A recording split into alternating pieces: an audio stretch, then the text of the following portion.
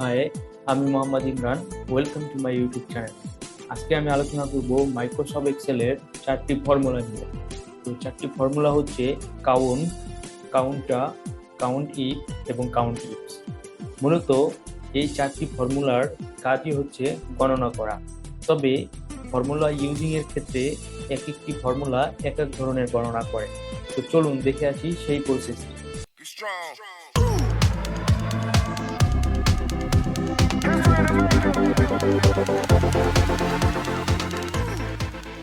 তো চলে আসলাম এক্সেল শিটে। এখানে আমি একটা শিট বানিয়ে রেখেছি।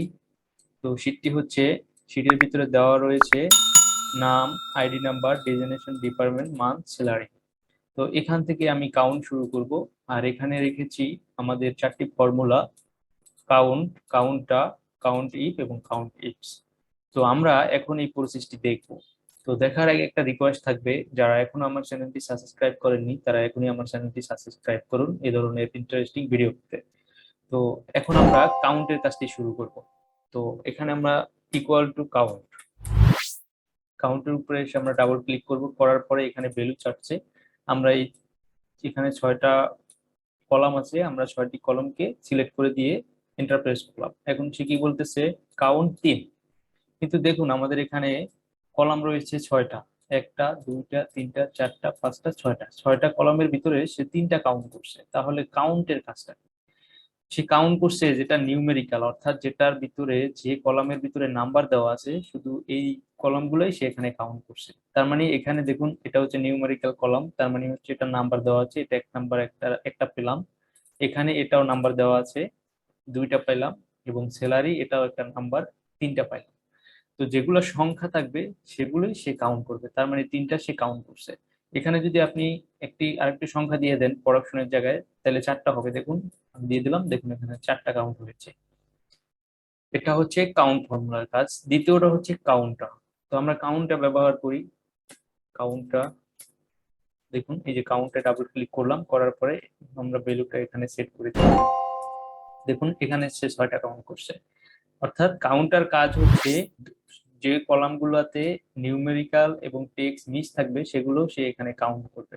অর্থাৎ এখানে দেখুন 3টি কলামের ভিতর রয়েছে সংখ্যা এবং 3টি কলামের ভিতরে রয়েছে আপনার টেক্সট। সে কি করেছে, সংখ্যাও সে কাউন্ট করেছে এবং টেক্সট গুলোকেও সে কাউন্ট করেছে। এটা হচ্ছে কাউন্টার কাজ। তৃতীয়টা হচ্ছে কাউন্ট ইফ। আমরা কাউন্ট ইফটা ব্যবহার করি। কাউন্ট ইফ, এই যে দেখুন কাউন্ট ইফ, এখানে ডাবল ক্লিক করলাম, করার পরে রেঞ্জ চাচ্ছে। এখানে সে রেঞ্জ সিলেক্ট করতে বলতেছে। তো রেঞ্জ বলতে আমরা কি বুঝি?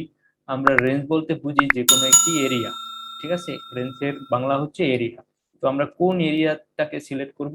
আমরা যেহেতু এই শীটটার উপরে কাজ করব, তার মানে এই শীটটাকে এখান থেকে এ পর্যন্ত আমরা সিলেক্ট করব। সিলেক্ট করার পরে আমরা একটা কমা দিব। কমা দেওয়ার পরে এখন চাচ্ছি ক্রাইটেরিয়া, অর্থাৎ আপনি যে রেঞ্জটা সিলেক্ট করলাম সে রেঞ্জ থেকে আমি কাকে খুঁজছি, সে রেঞ্জ থেকে আমরা এখান থেকে যেই কাউকে খুঁজতে পারি। তো ধরুন আমরা প্রথমে এখান থেকে একজনের নাম খুঁজি। ধরুন মিস্টার মিস্টার এনামুল, একে খুঁজি, এন্টারপ্রাইজ করি। দেখুন মিস্টার এনামুল এই কলামের ভিতরে রয়েছে 3বার। তাহলে সত্যটা আমরা যাচাই করে নেই। তো দেখুন এনামুল 1বার, 2বার, 3বার। দেখুন মিস্টার এনামুল কিন্তু এই কলামের ভিতরে রয়েছে 3বার। সে আমাকে বলে দিয়েছে হ্যাঁ এ 3বার রয়েছে। এটা হচ্ছে কাউন্ট ইফ এর কাজ। তো কাউন্ট ইফ আর হচ্ছে কাউন্ট ইফস। তো কাউন্ট ইফস হচ্ছে, যেহেতু এখানে দেখুন কাউন্টের ভিতরে রয়েছে একটা রেঞ্জ, একটি ক্রাইটেরিয়া, কিন্তু ইফস এর ভিতরে, কাউন্ট ইফস এর ভিতরে থাকবে অসংখ্য এরিয়া। অর্থাৎ রেঞ্জের পাশাপাশি অসংখ্য ক্রাইটেরিয়া থাকবে। অর্থাৎ এই ফর্মুলাটা হয়েছে সাম ইফ এবং সাম ইফস এর মধ্যে পার্থক্য যেরকমের আমি করেছিলাম সেই কাজগুলোই এখানে। অর্থাৎ যারা এখনো আমার সাম ইফ এবং সাম ইফস এর ফাংশনটি দেখে আসেননি তারা এখনই দেখে আসুন। আমি ডেসক্রিপশনে এবং আই বাটনে লিংক দিয়ে দিচ্ছি। তো এখন আমরা ব্যবহার করব কাউন্ট ইফ ফাংশনটি। তো ইকুয়াল টু কাউন্ট ইফ, দেখুন কাউন্ট ইফ এখানে চাচ্ছে ক্রাইটেরিয়া রেঞ্জ অন, অর্থাৎ range criteria range on. On মানে হচ্ছে আপনি একটা কলাম কি সিলেক্ট করতে পারবেন বা একটা রো কি আপনি সিলেক্ট করতে পারবেন। তো আমি একটা রোকে আমাকে এরিয়া ধরে নেই, মানে ক্রাইটেরিয়া রেঞ্জ মানে হচ্ছে যে কোনো একটা কলামের এরিয়াকেই আপনি সিলেক্ট করতে পারবেন। তো আমি এই এরিয়াটাকে সিলেক্ট করলাম, সিলেক্ট করে কমা প্রেস করলাম, কমা দিলাম। কমা দেওয়ার পরে দেখুন ক্রাইটেরিয়া 1। এখন আমি যে কলামের ভিতরে কলামটিকে সিলেক্ট করলাম, এর ভিতরে আমি কাকে খুঁজতে চাই, এর ভিতরে ধরুন আমি সাব্বিরকে খুঁজতে চাই। তারপরে আমি কমা দিলাম। কমা দেওয়ার পরে সে বলতেছে আপনি কি আরো রেঞ্জ বাড়াবেন, মানে আপনি কি আরো এরিয়া বাড়াবেন। আমি যদি বলি হ্যাঁ আমি আরো এরিয়া বাড়াবো, তাহলে ক্রাইটেরিয়া রেঞ্জ সিলেক্ট করবো। ক্রাইটেরিয়া রেঞ্জ 2 সিলেক্ট করলাম।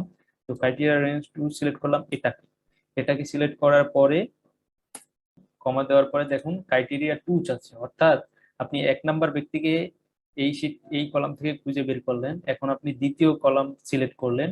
এই দ্বিতীয় কলাম থেকে আপনি কাকে খুঁজতে চান। দ্বিতীয় কলাম থেকে আমি ধরুন আমি খুঁজতে চাই জানুয়ারি মাসকে। হ্যাঁ, জানুয়ারি মাসে খুঁজতে চাই। এখন আমি এন্টার প্রেস করব। আপনি যদি আরো কলাম সিলেক্ট করতে চান, আপনি এখানে ক্রাইটেরিয়া রেঞ্জ 3 বলবো অসংখ্য কলাম এখানে সিলেক্ট করতে পারবেন। তো আমি এটাকে সিলেক্ট করে ক্লোজিং ব্র্যাকেট দিয়ে দিলাম। দেখুন এখানে একবারই আছে, অর্থাৎ মিস্টার সাব্বির এই জানুয়ারি মাসের ভিতরে একবারই স্যালারি পাইছে। দেখুন এই যে সে জানুয়ারিতে একবারই পেয়েছে। এই হচ্ছে জানুয়ারি, দেখুন জানুয়ারির ভিতরে মিস্টার সাব্বির আর নাই, দেখুন এখানে নাম নেই। তার মানে মিস্টার সাব্বির জানুয়ারি মাসের ভিতরে একবারই সে স্যালারি পেয়েছে।